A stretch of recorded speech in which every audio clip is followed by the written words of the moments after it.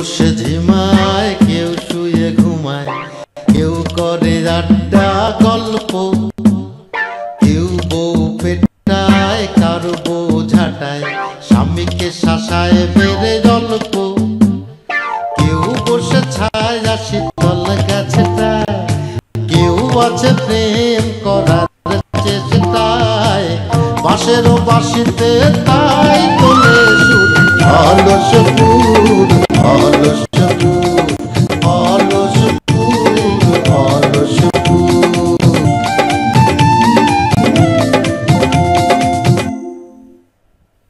মারে ঠিক করেছিস, ওরা এইভাবে আমার মেরে পাগল বানিয়ে দিয়েছিল বুঝলি। আর ওই পাগলের ঘরে আমি তোর মামিরা মা বলে রেখেছিলাম। তারপরে যখন ভালো হয়ে গেলাম তখন তোর মামি যখন আমার এইসব কথা বললো না, তখন আমার লজ্জায় মাথা কাটা গেছে একেবারে। চলো দাদা চলো।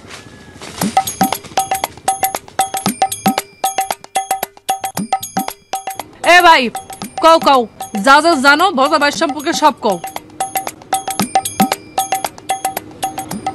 ওর কি আন্ডা টান্ডা আছে কিছু কিছু অল্প কিছু, নাকি সব ওই বিটির নামে লিখে দিয়েছে, সব বিটি নিয়ে চলে গেছে? না না ভাবি, ধরা আসলে সেই বিটি খাইছে। ভজা ভাই তো মনে করে যে একটা টাউট, সবারই নকল দলিল দিয়ে মনে করে জাল টাকা পয়সা দিয়েও এরাম করে মনে করে বিয়ে শাদী করে যাচ্ছে। বিয়ে করার পর আবার মনে করেন যে সম্পত্তির দাবি করতে যখন আসতেছে, আইসে থেকে সব হুয়ে। দাঁড়াও দাঁড়াও দাঁড়াও দাঁড়াও, বলো কি? এই আমি না কি দিয়ে কি শুনেছিলাম না, ওই গ্রামের মধ্যে অনেকে তো জানে ওই যে তুমি নাকি একবার ভজবের কাছ থেকে সম্পত্তি কিনে যে ধরা খাইছো। আরে ভাবি, আমি তো সে কারণেই করছি, আমি তো জ্বলতে জ্বলতে শেষ। ভজা ভাই আমাকে যে ব্লাপ মাইরেছে সেটা আমি ভুলার মতো না। আপা শোনেন, আপনি সেরকম একটা নকল দলিল পাবেন, প্রথম ভাবতেন অনেক বড় বড় একদম জমির মালিক হয়ে গেছে, পরে দিয়ে দেখবেন পাইছে না আন্ডাটা। শোনো ভালো করে শোনো সিরুবার কাছ থেকে, ভজবের কীর্তিকলাপ একটু ভালো করে শোনো, তাহলে তোমার টনকটা নড়ে। বলো। ছলনা ছাড়া তার কাছ থেকে আপনি কিছুই পাবেন না আপা। আমি এখনো তার কাছ থেকে 3000 টাকা পাই। মনে করেন তার বউ তার জমি বিক্রি করে চলে গেছে, সে এখন আমার টাকা শোধ দিচ্ছে 200-100 করে, ওই টাকা কোনো কাজে লাগেনি আপা। আমার পেছনে শত্রু লেগেছে, আমার বিয়ে ভাঙার পেছনে শত্রু লেগেছে, আর তুই আমার বোন হয়ে এই সায় দিচ্ছিস, সাপোর্ট করে যাচ্ছিস। আহা, তোমার ওই বুড়ো কিরা ভজানা খোঁজা, তুমি যার প্রেমে দিওয়ানা হয়ে গেছো, সে তো মনে হচ্ছে কোনো রাজপুত্র, যে ওর সাথে তোমার বিয়ে হলে তুমি অনেক বড় রাজপ্রাসাদ থাকতে পারবেন না। আপনি পারবেন না, যদি পারতো তাহলে পরে তো প্রত্যেকটা বই ওর সঙ্গে থাইকে যাইতো। আপনি এখন নতুন করে কি থাকবেন? ওমা, আমি থাকতে পারবো কি পারবো না সেটা আমার বিয়ের আগে তুমি কি করে বলছো? ওরে আপা, আমি সবই বুঝি। ভজা ভাই সিটারে দেখতে দেখতে তো আমি বুঝতে বুঝতে বড় হয়েছি। ভজা ভাই নিজের জমির দান বিক্রি করে দিয়ে রিলিফের চাইলেনে বউরে কয় কি, ভাত রান্ধো, বেশি করে ভাত রান্ধো, আমি এখন খাবো। আর সেই চাইলের ভিতর দিয়ে শোয়া পোকা এভাবে হাইটে বেড়ায়। খাইও, হ্যাঁ খাইও।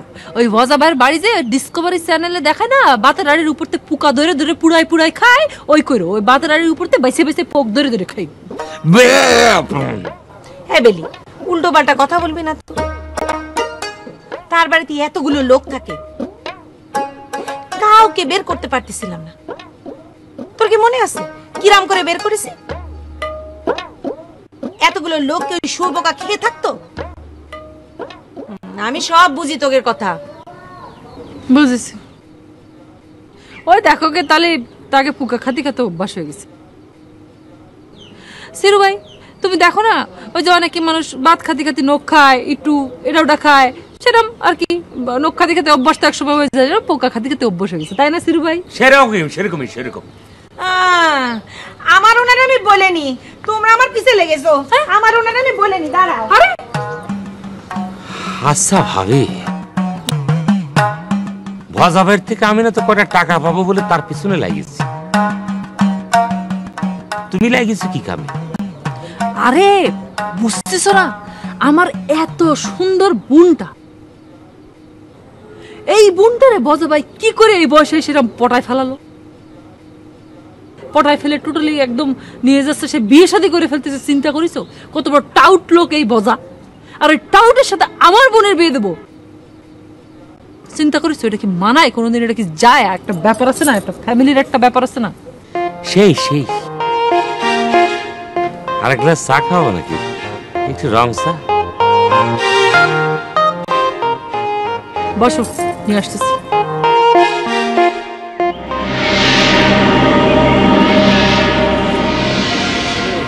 সাবধানে সাবধানে, আসতে করে আনো। এই খুড়ারু নিয়ে কোনে যাচ্ছিস? আবার অনেক কথা বলতি না করে, ওরা কথা বলতি না, আর সহ্য হচ্ছে না কিন্তু আমার। সহ্য না হওয়ার কি আছে? তুই তো আসলে তো খুড়া। শোন, ভজা তোরে বাড়ি থেকে বাড়ি করে দিয়ে মানসিক ভাবে উপভোগ করে দিয়েছিল, আর এখন তোরে ডলি হাত পায়ে ঠেঙা মাইরে তোর শারীরিক ভাবে উপভোগ করে দিয়েছে। কাইসিবানি ভাই, কিন্তু আসলে মানুষটা ছোট, মানুষের দুর্বলতা নিয়ে কথা বলতে নেই, সেটা তুমি বুঝো না? আবার হ্যাঁ, আমার দুর্বলতা কোন জায়গায় বলেন তো?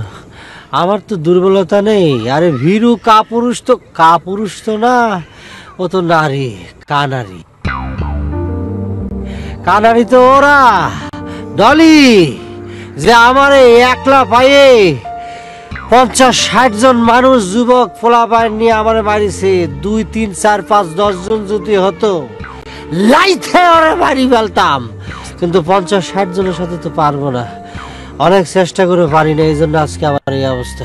তোরা সবাই মিলে আমারে এই কাজটা করেছে, তারপরে বাইন্ধে নিয়েছে। যদি বাধা না থাকতো তাহলে পরে অন্য কিছু একটা হয়ে যেতে পারত। এ কাজ করেছে বলতেছিস কি জানি?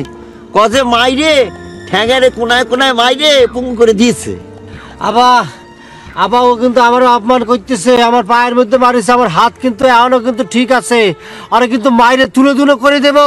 আর আমার ছাড়তো ভাই ভাই ভাই ভাই, আপনার পায়ের অবস্থা ভালো না ভাই।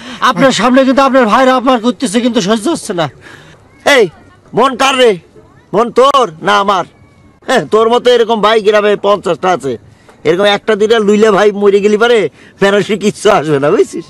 এই থামো, চুপ, একদম চুপ করো। কি তোমরা নাবালক বালকদের মতো ঝগড়া শুরু করেছো? হ্যাঁ, কি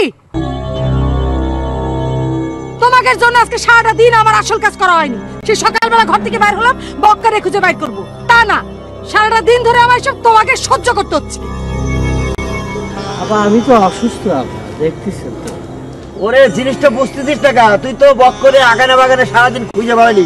তারা যদি খুঁজে পাইতি তাহলে তোর এইসব আজের জিনিস তো সহ্য করা লাগে না। আজিল হলেও কিন্তু কথাটা রাইট বলিছে, একদম রাইট। চলো ও কিন্তু করে দিলে পুঙ্গ হয়ে গেছে। দেখ আসতে যাস। মারিছে রে কাম সারিছে। হ্যাঁ, এমন মার মাই দিয়েছে ডলি, ওর সারা অবশ্য পূর্ণিমাতে সারা বছর খালি টের পাবি। হ্যাঁ, ভালো হয়েছে, যা।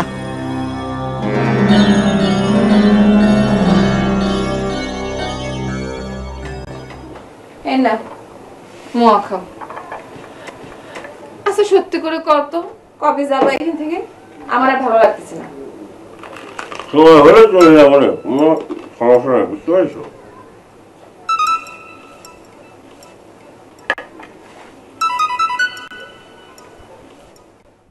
এই কার ফোন আসলো? ইরাম করতেছো কিসের জন্য? হ্যালো, এই বেহায়া, এই তোর লজ্জা শরম কিছু নেই? হ্যাঁ, তোর শরীরে কি বিলের রক্ত? বিলের? হ্যাঁ, বাংলা ভাত খাবি চাস? এখনো করছি, এখনই না বই বাড়িতে।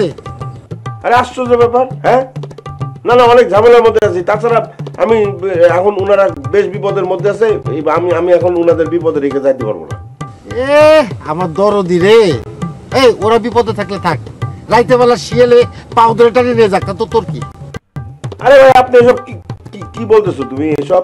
হ্যাঁ, এইটাই হচ্ছে আসল কথা। এই তোর বউরে নিয়ে তুই এক্ষুনি বাড়ি থেকে নাম। হ্যাঁ, আমার শাশুড়ি বাড়ি, আমি থাকতে পারতেছি রে, আর তুই বউ নিয়ে খুব আরামে একেবারে খায়া দে, একেবারে পায়ের উপর পা তুলে বসে আছিস না? কিটা কথা বলতেছে? এরকম করতেছো কিসের জন্য? এই এজাত, ওটার কথা বলতে নিষেধ কর, খবরদার। ও যেন আমার সাথে কথা বলতে না পারে। হ্যাঁ হ্যাঁ ভাই শোনেন, ওই বিষয়টা হয়েছে কি, মানে ওই গরু তো ওই গরু ওই গরুটা ওই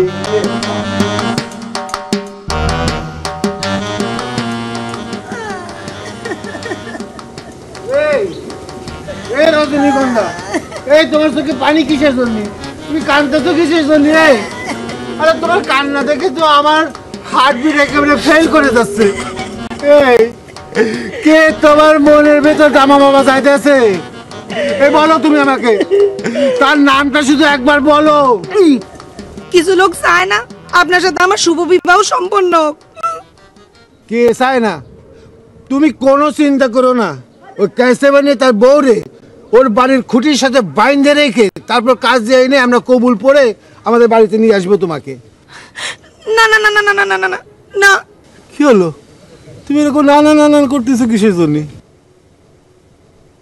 এই তীরে এসে কি তোর বাবা, প্লিজ প্লিজ প্লিজ এরকম করো না, অনুরোধ অনুরোধ অনুরোধ করতেছো তোমাকে। আমারে প্লিজ করা লাগবে না, যারা এইসব কথা শোনাচ্ছে তাদের মুখের উপরে যে জবাব দিয়ে আসেন যান। কিডা কিডা বলতিস, একবার শুধু নামটা বলো।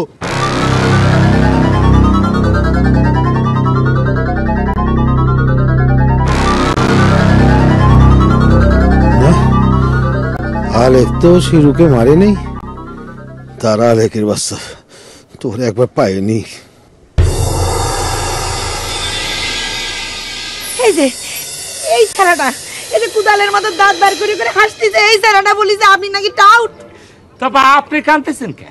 আরে যারা কাঁদবো না, তোর মতো বয়স নাকি যে আমি কাঁদবো না? আর ওনার কথা কিছু শুনলি মানে আমি ঠিক থাকতে পারি? এই এই সেরু, এই তুই আমার সম্বন্ধে ওনাকে কি বলেছিস? কি আর কব, কয়েছি তোমার চরিত্র ফুলের মতো পবিত্র ডুমুরের ফুল, সেটা আপনার কয়েছি। বলি যে আপনি নাকি আগের বার নকল দলিল দেখায় বিয়ে করেছেন। ওরে খোদা রে, এই সিরু 3000 টাকার জন্য আমার সব ইতিহাস বলে দিচ্ছে। শুনুন, এবার কিন্তু দলিল করার সময় আমাকে সাথে নিয়ে যেতে হবে। জিয়াপাজি, অবশ্যই আপনি ওনার সঙ্গে যাবেন, তা নাহলে পরে আপনি রাস্তাঘাটে ভিক্ষা করে খাবেন। আপনি ওনার সঙ্গে যাবেন, জমি জমা ঠিকঠাক মতো বুঝে নেবেন, নাহলে পরে কিন্তু আপনি বিপদে পড়ে যাবেন আপা। কারণ ওগুলো তো বিক্রি করে পরে আপনার খাওয়া লাগবে, তাই না? কারণ আপা আপনি তো এই জঙ্গলির সঙ্গে থাকতে পারবেন না, আপনাকে ওই জমি অল্প অল্প করে বিক্রি করে তো চলতে হবে। এই এই তুই সব কি করছিস? এই আনারসি ছাড়ো, ছাড়ো তুমি আনারসি, আমাকে ছাড়ো। আপা এই সেই জঙ্গলি যে আনারসির প্রেমে পড়েছে আপা, আনারসির মতো ছোট্ট একটা মেয়ে যে আমার প্রেমে পড়েছে, যে আনারসি আমার, সে আনারসি সে কাইরে নিতে যাচ্ছে আপা। দেখেন দেখেন, না না না না, এটা মিথ্যে কথা, মিথ্যে কথা। আনারসিকে আমি ছোট বোন জানি, একেবারে ছোট বোনের মতো আদর করি। এই কি ভেজাল লাগে, আমি কিছুতেই মেনে নিতে পারবো না, আমি কিছুতেই মেনে নিতে পারছি না। ষড়যন্ত্র কান্দো না, কান্দো না, সব ষড়যন্ত্র আমার বিরুদ্ধে ষড়যন্ত্র করতেছে, বললাম যে ষড়যন্ত্র করতেছে। কেন আপনার তো মানুষ আমার চেনা হয়ে গেছে, আপনি কি ভেবেছেন আমি কিচ্ছু বুঝবো না, যাইছে তাই করে যাবেন? না না, আমার বিরুদ্ধে সবাই ক্যামেরা তুলতেছে, তোমাকে ভুল ভাল বোঝাচ্ছে, ষড়যন্ত্র বললাম তো। আচ্ছা ঠিক আছে, যাও যাও, আমি যেদিন দলিল করতে যাব সেদিন আমি তোমাকে নিয়ে যাবো, যাও।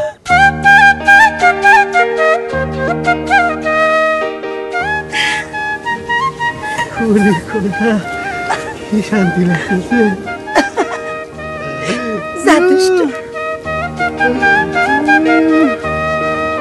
আমার হার্টবিট একেবারে নরম হয়ে গেছে, ও ঠান্ডা পানির মতো হয়ে গেছে, কোনো গরম নাই শরীরে।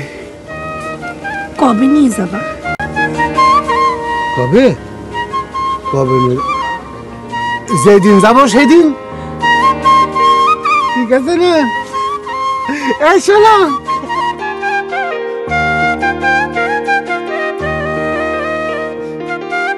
তুমি ইচ্ছে করে চলে আসতে পারো, আমরা না হয় চলে যাবো।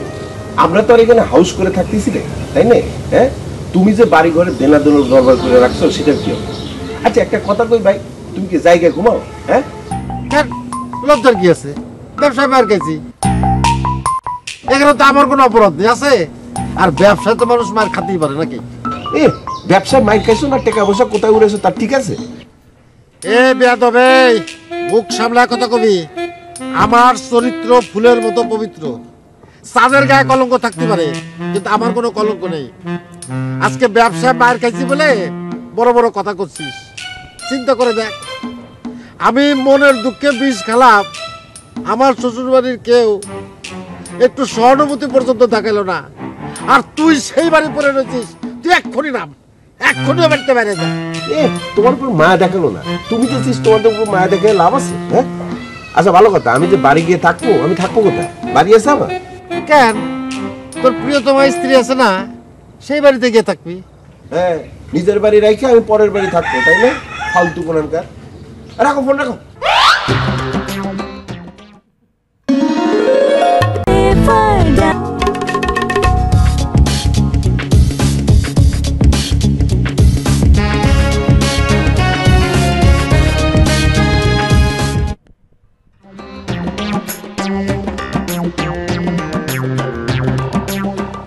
আমার ফোন কেটে দেন। হ্যাঁ দাঁড়া, আমি বাড়ি গিয়ে ঘটনা ঘটাই দিচ্ছি।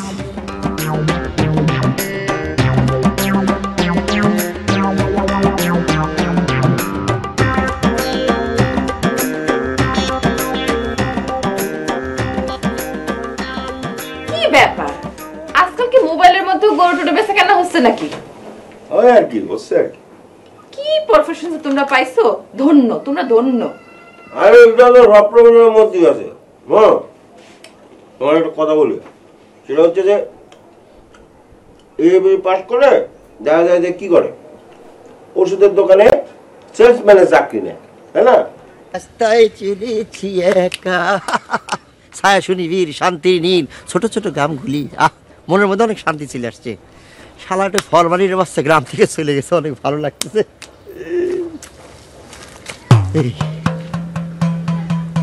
না, এই শালা মোট করে তো বিশ্বাস নাই, মিথ্যে কথা কতে পারে। আর ভাই নাকি আসলে চলে গেছে, নাকি আমার ঘোল খাওয়ালো। একটু বাড়ির দিকে যাবো নাকি, দেখে আসি, না একটু শিওর হয়ে আসি।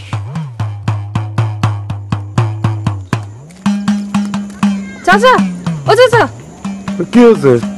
চাচা, আপনার সাথে আমার একটা কথা ছিল, আপনার কি একটু শোনার সময় হবে? কি কথা? বলে ফেলো মা, বলে ফেলো। চাচা, করছিলাম কি, ফরমানরে যদি আপনি একটু দেখে শুনে একটা ভালো মেয়ে দেখে বিয়ে দিতে পারতেন। মারে, ছেলেটার মনের কোণে ভীষণ কষ্ট, এত কষ্ট যে চোখের পানি বাষ্প হয়ে বাতাসে মিশে যায়। সে নিজেও জানে না তার চোখের পানি কখন ফুরিয়ে যায় রে। চাচা, এইভাবে বলবেন না, শুনতে ভালো লাগে না একদম। মারে, আমি জানি, সব জানি, সনেট আমরা সব কিছু বলেছে। আসলে কি জানো মা, তোমাদের দুজনের কারো কোনো দোষ নেই, তোমার শুধু ভাগ্যের শিকার। ভাগ্য তোমাদের অনেক দূরে ঠেলে দিয়েছে। জি চাচা, এখন আমরা দুজনের অনেক দূরের মানুষ।